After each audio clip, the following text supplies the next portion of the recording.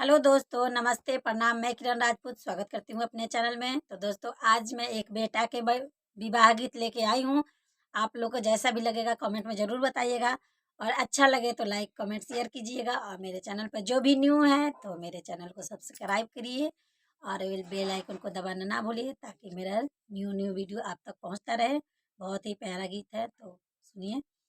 ऊंची रे मांदिला चढ़ी बोले ले आने जानू समाधि कवना नागरिया कतना दूर कवना नागरिया कतना दूर हमारो जे बाबू बिरवा के खवैया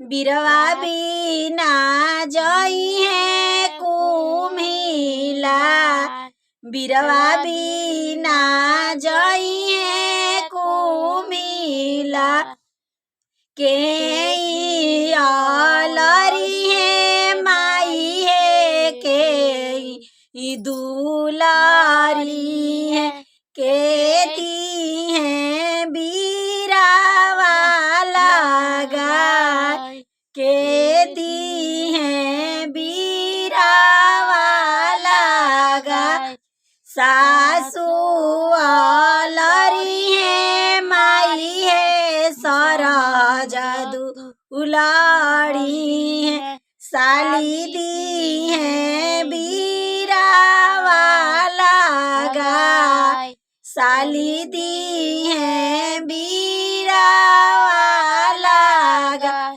ऊंची रे मंदिला चढ़ी बोले ले कवना समाधि कवना नागरिया कतना दूर कवना नागरिया कतना दूर हमारो जे बेटी हो बासी के खवैया बसिया बिना जई है कुम्हिला बसिया बिना जई है कुम्हिला के आलरी है माई है के दुलारी है के दी है बसिया